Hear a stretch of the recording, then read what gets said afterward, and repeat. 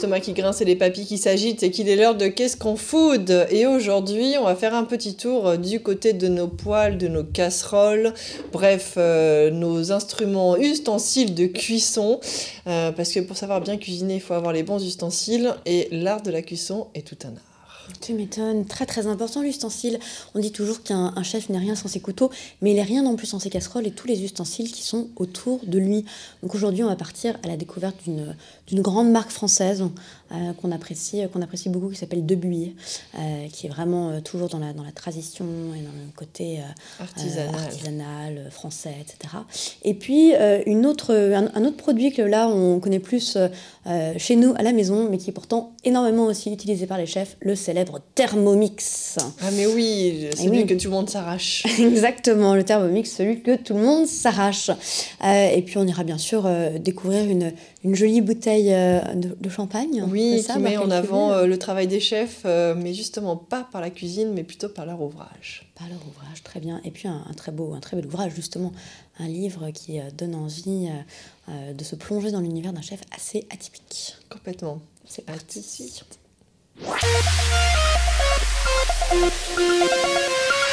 Alors que celui qui n'a pas son Thermomix à la maison lève la main. Oui, moi non j'avoue plus, coupable. Non, j'avoue, j'ai un ersatz de Thermomix qui est très bien, mais qui n'est effectivement pas le vrai Thermomix, cette légende vivante de la ménagère et aussi, pas que de la ménagère d'ailleurs, de tous les de plus cuisiniers, et de moins de 50 ans, de tous les cuisiniers amateurs à la maison, comme d'ailleurs dans les restaurants. La bonne nouvelle, c'est que Thermomix débarque avec une boutique à Paris. Alors il faut savoir que Thermomix en fait appartient à un groupe qui s'appelle Vorwerk. Donc il faut pas s'attendre à avoir marqué Thermomix sur la... Non, voilà, c'est ça. Sur la devanture, mais on voit que derrière, quand même, à gauche, il y a écrit Thermomix.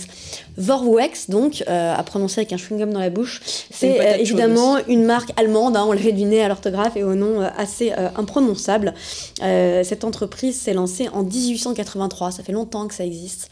Il n'y a pas que Thermomix comme marque, ils ont aussi notamment une marque qui s'appelle Kobold, qui là, pour le coup, est dans tout ce qui est nettoyage, qui nous intéresse un peu moins. Il faut nettoyer après avoir cuisiné. C'est vrai, tu as raison. Après, il faut nettoyer, mais oui, c'est vrai, c'est très juste. Mais bon, pour l'instant, en tout cas, on va plutôt s'intéresser au côté cuisine que propose donc cette nouvelle boutique qui a ouvert en septembre au 7 boulevard des Capucines. Donc, on est juste à côté d'Opéra.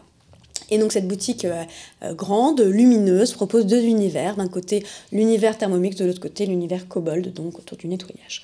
C'est la première boutique française qui ouvre. Ils avaient cette volonté d'aller à la rencontre de leurs clients. C'était important pour eux.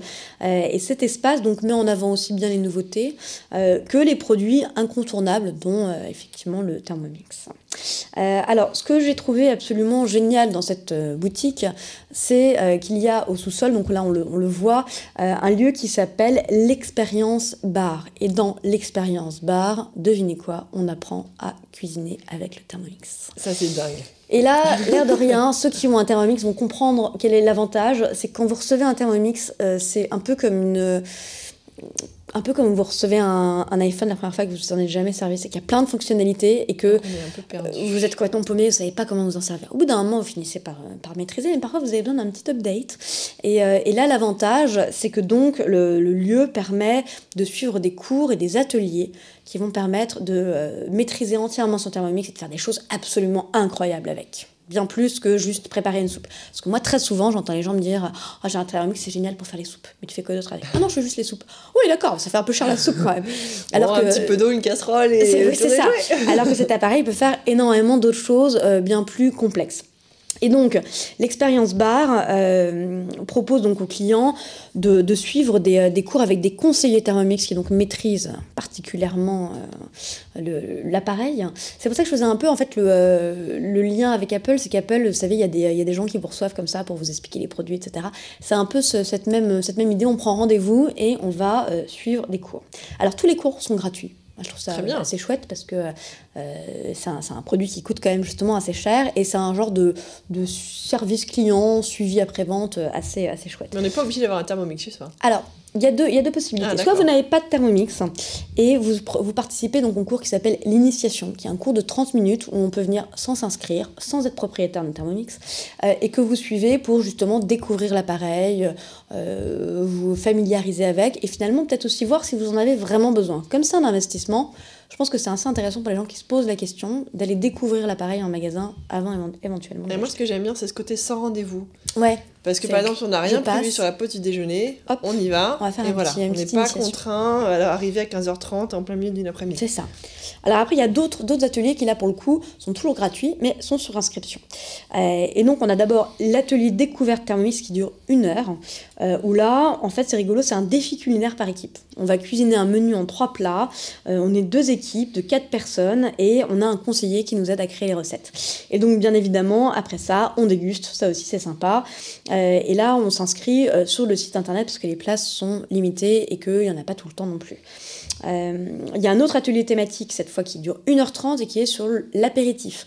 Et là, on vous apprend à des trucs et astuces pour préparer des recettes apéritives. Là, pour celui-là, par contre, vous êtes obligé d'être propriétaire vous-même d'un Thermomix. Le précédent, non. Donc, c'est-à-dire que vous pouvez venir... Mais du coup, c'est gratuit. C'est toujours gratuit, toujours gratuit.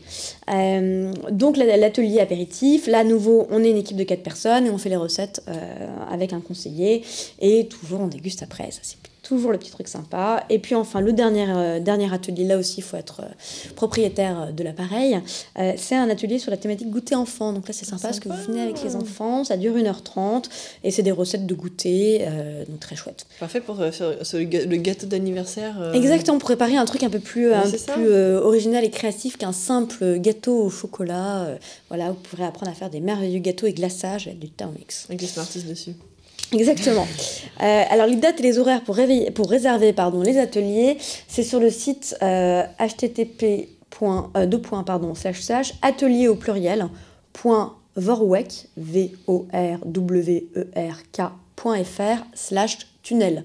Alors on vous mettra bien entendu l'adresse sur le site de Watch TV dans la fiche de l'émission, vous aurez toutes les informations, comme ça vous pourrez cliquer, aller voir les ateliers et vous inscrire si vous avez envie de découvrir, que vous soyez donc ou non propriétaire d'un Thermomix. Mais je trouve ça super moi, parce que je trouve que c'est un produit qui en fait enfin, le mot est peut-être un peu fort, mais un peu anxiogène, dans le sens où je trouve le produit génial, ouais. Mais effectivement, comme notre cerveau, on n'utilise que 10%.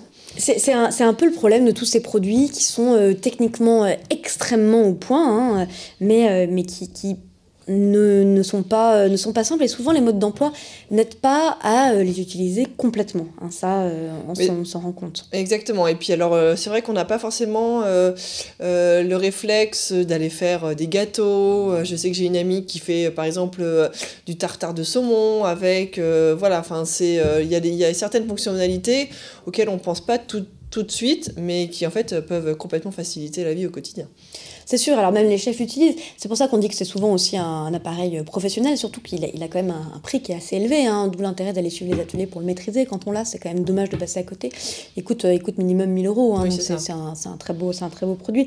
Et pour le dernier, on est un peu plus, on doit être à 1 200. Donc c'est des prix qui sont assez chers.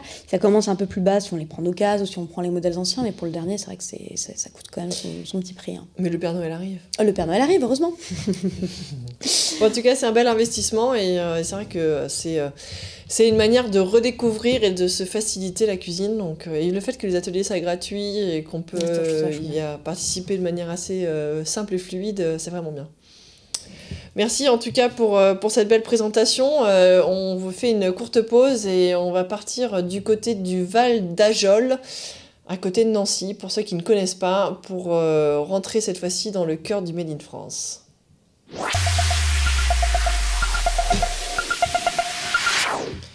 Alors, que se passe-t-il du côté du Val d'Ajol ? Eh bien, il y a la société Debuyer qui est installée là depuis un certain nombre d'années. C'est une entreprise qui a été fondée en 1830. 180 ans. 180 ans, exactement. Je pense que... ils doivent détenir un certain record en termes de longévité d'entreprise française. Et c'est une entreprise qui a toujours son dynamisme, mais qui a connu aussi des périodes pas forcément très faciles.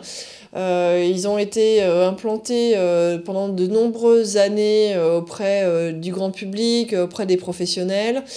Et puis, quand est arrivée la grande phase d'industrialisation, des grandes surfaces, des supermarchés. Des plats tout prêts aussi, qui fait que les gens cuisinaient moins. Exactement. Et ils n'ont pas forcément réussi à prendre ce tournant. Et du coup, ils ont dû aussi faire face à des difficultés, comme se remettre en question, toute entreprise. Exactement. Et en fait, leur choix s'est tourné il y a quelques années vers les professionnels. Alors, c'est aussi pour ça que cette marque de Buyer, on la voit, alors pour les Parisiens d'entre vous, on peut la voir par exemple au BHV. Donc, ils ont quelques corners comme ça dans quelques grandes références en termes d'art de la table. Mais c'est vrai que c'est pas la première marque qu'on va croiser chez Carrefour, par exemple. C'est pas une marque extrêmement accessible, mais c'est une marque qui a une qualité et qui a choisi de faire en plus uniquement du Made in France. Donc c'est sûr qu'elle s'adresse à un public connaisseur, amateur, qui a envie d'avoir des ustensiles dits professionnels, parce que c'est des ustensiles comme le Thermomix qu'on retrouve dans les cuisines des professionnels. Exactement, et c'est pour ça qu'aujourd'hui on est allé à 60% chez les chefs, on va dire, les cuisiniers, les professionnels, 40% du grand public, avec une volonté aussi dans les prochaines années d'avoir un équilibre 50-50. Le grand public, ouais, mais ce qui fait aussi leur force, c'est que justement, comme ils travaillent auprès des professionnels, ils se remettent en cause constamment sur les besoins. Folle. Exactement. Ils ont leur propre cuisinier en interne qui va leur permettre aussi de dire voilà, moi j'ai besoin finalement dans mes recettes d'un couteau spécial pour lever le poisson. Des choses que de Buyer faisait pas il y a encore quelques années. Il faut savoir que l'entreprise a aussi basé son expérience autour de l'armée. C'est eux qui, pendant des années et qui continuent encore, à fournir les gamelles de l'armée. Donc c'est eux qui faisaient les vraies gamelles, les gourdes, etc. Donc ils ont cette expertise professionnelle, on va dire. Et justement, leur envie, c'est aussi d'aller de plus en plus vers le grand public. Ils viennent de recruter une directrice commerciale, marketing, etc. Justement pour sortir un petit peu du monde professionnel et aller vers le grand public. Mais ce qui fait vraiment la force de Buyer, c'est sa connaissance en termes de production. Et ça, ils ont des machines, quand vous allez là-bas, qui sont absolument extraordinaires, on va les voir, qui sont ces espèces de grosses machines. Donc voilà, donc là, on voit les plaques de fonte, et voilà. Et du coup, on voit la machine qui va donner la forme de la poêle. Ah ouais. Exactement. Mais c'est complètement dingue à voir sur place. Parce que c'est pas une petite machine. Non, c'est pas une petite machine, c'est des machines avec chacune avec son secret professionnel, bien évidemment, et c'est fantastique à voir. C'est fantastique à voir. Et voilà ce que ça donne le résultat à la sortie. Il n'y a pas un défaut, tout est extrêmement bien façonné. Voilà, vous demandiez comment faire une poêle, c'est pas compliqué. Voilà. Vous prenez une grosse presse. Tout à fait. Alors il y a une partie à la main, donc on voit les ouvriers qui sont là et qui travaillent toute la semaine. Et après, il y a une partie qui est quand même automatisée, bien évidemment. Mais ce qui est important dans la phase de fabrication, c'est justement ce côté. En fait, elle finit de polir les poils. Le cul des poils. Exactement. Parce qu'elle la prend, en fait, elle l'attrape et elle. C'est ça. C'est impressionnant. Et voilà. Et en fait, c'est vraiment une entreprise où, j'ai envie de dire, c'est industrialisé à 30%. Mais 70%, il y a encore de la main-d'œuvre derrière. Donc ça veut dire que chaque poêle qui sort de l'entreprise a été vérifié, a été tenu entre les mains d'une personne. Et il y a un dernier atelier qui est absolument fantastique, mais qu'on voit pas à l'antenne, qui est, en fait, il y a un maître polisseur. Et qui, justement, notamment sur tout ce qui est cuivre, va finir de polir la casserole ou la poêle à la main. Wow. Et ça, c'est magnifique. Et c'est pareil, c'est comme les maîtres beurriers dont on parlait dans l'émission la semaine dernière. C'est vraiment, voilà, c'est à l'œil, c'est au toucher. Et c'est des gens qui ont un vrai savoir-faire et qu'on pourra jamais industrialiser, qu'on pourra jamais remplacer, en fait. Et jamais une machine ne pourra dire, j'espère que ça n'arrivera jamais en tout cas, que le produit à l'œil et au toucher est parfait. Exactement. Ça reste quand même quelque chose d'une perception, un sens qui est particulièrement lié à la personne. C'est des savoir-faire et c'est des métiers extrêmement importants parce qu'il faut aussi pouvoir quelque part réussir à déléguer et à former les nouvelles générations sur ce type d'opération. Et ça, c'est important pour continuer et pour assurer la pérennité de l'entreprise et du savoir-faire. Donc ça, c'est quelque chose qui est important. Alors, je voulais qu'on écoute le directeur général de Debillet qui va nous expliquer l'importance donc dans l'entreprise dans un premier temps, et puis après on reviendra sur l'importance de bien choisir son élément pour des cuissons très particulières. La société Debillet est née en 1830 et fabrique depuis cette date des ustensiles de ménage, de cuisine et de pâtisserie. Debillet est la seule société au monde à transformer sous le même toit de la tôle d'acier que vous avez ici, qui nous sert à saisir, griller et dorer, de l'aluminium avec un revêtement qui vous permettra de faire revenir des poissons ou des légumes un peu fragiles, du cuivre. Le cuivre sert essentiellement à faire des réductions, de l'inox. L'inox est surtout utilisé pour les recettes qui contiennent beaucoup d'eau pour faire également des réductions. Ensuite, nous transformons également du silicone qu'on utilise essentiellement pour les petites portions dans le domaine du sucré et du salé. Depuis 2 ans, nous fabriquons également des couteaux sur le site avec des manches en fibre de carbone. L'année dernière, Debillet a repris une petite société dans le domaine des moulins à poivre qui s'appelle Marlux et qui nous permet aujourd'hui de confectionner sur le site des moulins à poivre à sel, à muscade et à chocolat. Belle diversité de produits, hein. On voit que c'est une maison qui a su grandir et se développer. Exactement, et puis on voit l'importance de bien choisir son type de poêle ou de casserole pour cuire ses aliments. On ne va pas choisir le même type pour du poisson, pour de la viande, donc ça c'est extrêmement important. Et justement, on lui a posé la question sur, avec l'arrivée de l'induction, comment on peut faire face et choisir le bon ingrédient. Il y a eu une grosse révolution depuis quelques années dans le domaine de la cuisson, ça s'appelle l'induction. L'induction, en fait, est un système magnétique qui est extrêmement puissant, voire violent, et qui ne peut être utilisé qu'avec des ustensiles de très bonne qualité. Quand on dit très bonne qualité, des ustensiles relativement épais et qui ne se déforment pas lorsque la poêle elle chauffe très très vite. Elle a besoin d'avoir donc du fer, puisqu'il faut du ferritique pour que le magnétisme puisse se mettre en route. C'est la raison pour laquelle toutes nos poêles, toutes nos sauteuses sont relativement épaisses et surtout ont un fond qui soit très épais pour éviter la déformation. Alors voilà, donc c'est presque technique. Hein, alors moi j'ai déjà vécu la mauvaise poêle qui se déforme sur la plaque à induction à force de l'utiliser fort sur une poêle, sur la plaque à induction, j'ai effectivement une poêle qui sont gondolées. Donc c'est d'où l'importance effectivement d'acheter des matériaux de bonne qualité parce que sinon ça ne dure pas et puis surtout ça cuit pas bien. Et c'est vrai que quand on regarde les poêles ou les casseroles de Debillet, elles ont un fond assez épais pour justement bien capter la chaleur et qu'en plus derrière ça puisse se diffuser correctement.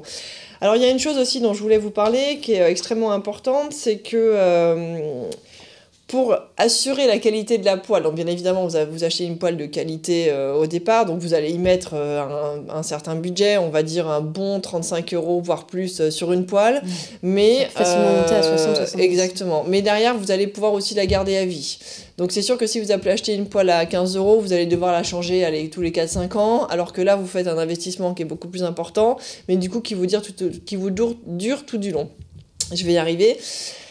Mais pour que la poêle puisse aussi durer et qu'on ait ce côté aussi anti-adhérence, c'est important de la culotter. Alors la culotter, qu'est-ce que c'est ? La culotter, c'est justement préparer la poêle à une bonne cuisson et à une bonne tenue dans le temps.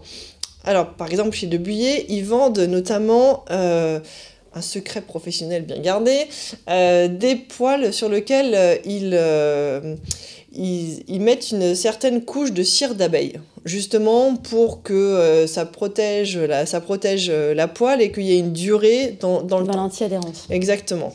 Alors une fois qu'on a qu'on a acheté cette poêle à la maison, notamment avec de la cire d'abeille, le plus important c'est de la rincer. Donc on rince la poêle plusieurs fois. Ensuite on met un filet d'huile sur la poêle.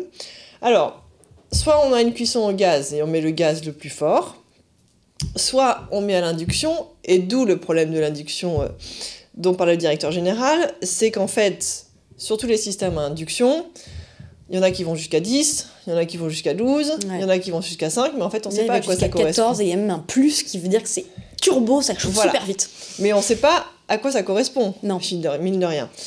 Donc, ce qui est important, c'est soit vous avez le gaz et vous mettez au plus fort, soit vous avez de l'induction, et par exemple, votre plaque induction va jusqu'à 10, vous mettez sur 8. Donc, vous faites au plus fort, moins 2. Moins 2, voilà, d'accord. Exactement. Okay.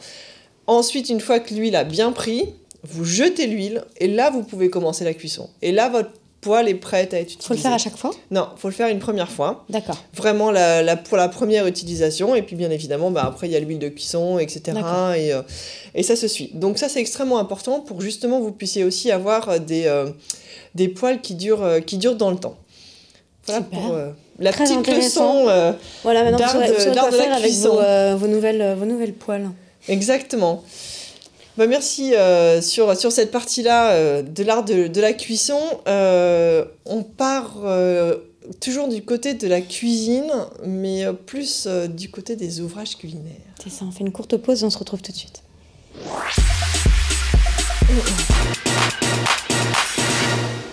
Alors, ça fait un bout de temps qu'on n'avait pas présenté des livres sur le plateau. C'est vrai. Et j'ai eu un gros coup de cœur pour celui-là, qui s'appelle Humain. C'est un livre un peu particulier. Un livre très particulier. Alors, il faut savoir que ça fait partie de ce qu'a mis en place les champagnes Collet. Donc, vous devez sûrement connaître la marque. Donc, c'est une marque de champagne à côté de d'Ailly qui date des années 20. Donc, on a un packaging très belle époque, c'est très belle époque, très années folles.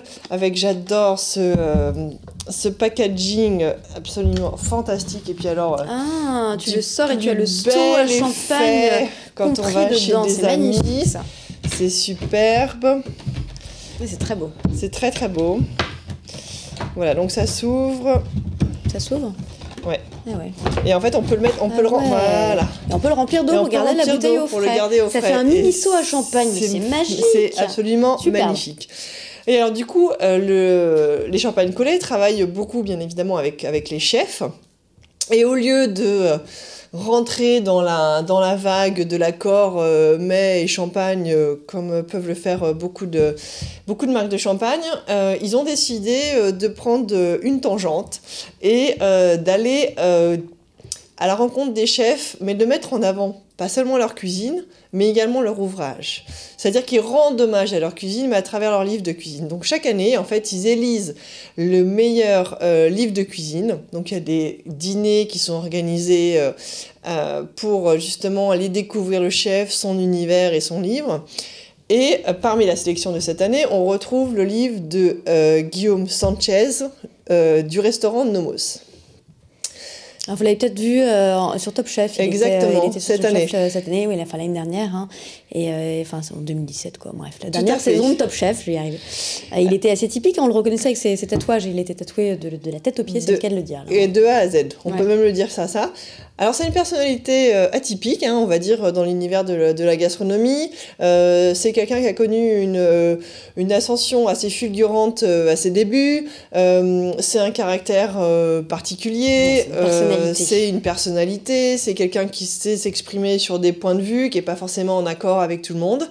Mais moi, j'ai eu un coup de cœur énorme pour ce livre. Parce que justement, on rentre dans l'univers de ce personnage. Ça le rend humain. Ça le rend complètement humain. Mais en fait, le mot humain, c'est ça, c'est de se dire que, ok, j'ai peut-être eu ma part de responsabilité au début, que j'ai voulu sortir des sentiers battus de la gastronomie, que j'avais ma propre personnalité, et que je me suis peut-être brûlé un peu les ailes. Et que j'ai dû faire une introspection et de savoir ce qui n'allait pas et de pourquoi est-ce qu'à un moment tout s'est effondré. Alors, c'est expliqué dans ce livre-là. C'est vraiment pas un livre de recettes. C'est vraiment un livre où c'est des entretiens. On voit que les vaches. Ouais, en fait, c'est une longue interview. Hein. C'est une longue interview. C'est une très longue interview. Menée par Henri Michel. Exactement. Qui est un journaliste qui a justement chroniqué toute la dernière saison de Top Chef avec énormément d'humour. J'adore ce garçon. Et en fait, on apprend aussi, par exemple, il y a toute une... Alors, je sais pas si on va le retrouver, mais il y a toute une partie sur le Bataclan. Et là, l'importance de ces événements dramatiques ces événements dramatiques ont eu sur la restauration, sur la gastronomie et sur l'économie de la restauration.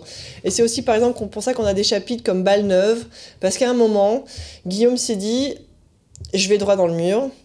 J'ai peut-être été trop dur avec mes équipes, avec mes producteurs, que j'avais une vision trop atypique, mais il faut que je rentre un peu plus dans le moule. Et que si je veux survivre, si je veux continuer à faire ce que je veux et à m'exprimer comme je le souhaite, il faut aussi que je reparte de zéro. Et ce livre, c'est vraiment cette belle histoire de quelqu'un qui avait envie de s'exprimer, qui n'a pas forcément trouvé sa place tout de suite, qui a dû faire face à des difficultés extrêmement importantes et qui a su se relever. Et je pense que c'est pas un livre de recettes. Alors, on retrouve bien évidemment certaines recettes. Il y a un côté autobiographique. Mais complètement, en fait. exactement. Là, je l'ai parcouru rapidement. Je suis tombée sur un passage qui m'a bien plu, hein, qui est assez choquant. C'est très assez fort, où il explique qu'en fait, quand il a lancé Nomos, il ne savait absolument pas cuisiner le salé. Et qu'il n'avait que des connaissances en pâtisserie. Mais que personne, en fait, ne lui avait posé la question, ne serait-ce que lui dire « Mais en fait, tu sais faire du salé ?» Non, personne ne lui avait posé, quoi. Les gens investissaient avec lui, pas de problème, c'est parti. Et donc, quand il a ouvert, il ne savait pas vraiment faire de salé. Et il a appris tout seul, et il le dit de façon très humble, il dit j'ai appris sur YouTube. Je trouve ça génial, parce que ça montre qu'on est déjà dans une autre génération, une génération de... Il a quoi ? Il a moins de 30 ans, hein, Guillaume. Une génération de gens qui sont débrouillards et qui sont volontaires. Et il dit, je me suis repassé parfois 20 fois la même vidéo pour apprendre le geste. La première fois, c'était pas terrible. La 5e, c'était déjà mieux. La 10e, ça y est, je commençais à y arriver. Et au bout de la 200e, j'ai commencé à intégrer, à personnaliser le geste. Mais ça montre que, déjà, on peut y arriver tout seul par soi-même quand on est volontaire. Et ce garçon, manifestement, l'est beaucoup. Et puis, quelque chose de très simple, de dire, c'est accessible à tout le monde, puisque j'ai réussi à le faire sur YouTube. Je trouve ça très fort comme Et puis c'est une belle leçon de vie parce qu'on sait tous que la réussite passe par l'échec et que justement il est passé par cet échec et qu'il a réussi à s'en sortir. Donc bravo à lui et puis n'hésitez pas à suivre le prix Collet va bientôt être annoncé une fois que les différents cuisiniers auront présenté leur livre, donc n'hésitez pas à suivre les résultats puis bien évidemment on vous l'annoncera dans cette émission. Merci à tous de nous avoir suivis. Ce fut encore un plaisir de partager cette émission avec vous et on se retrouve la semaine prochaine pour de nouvelles aventures.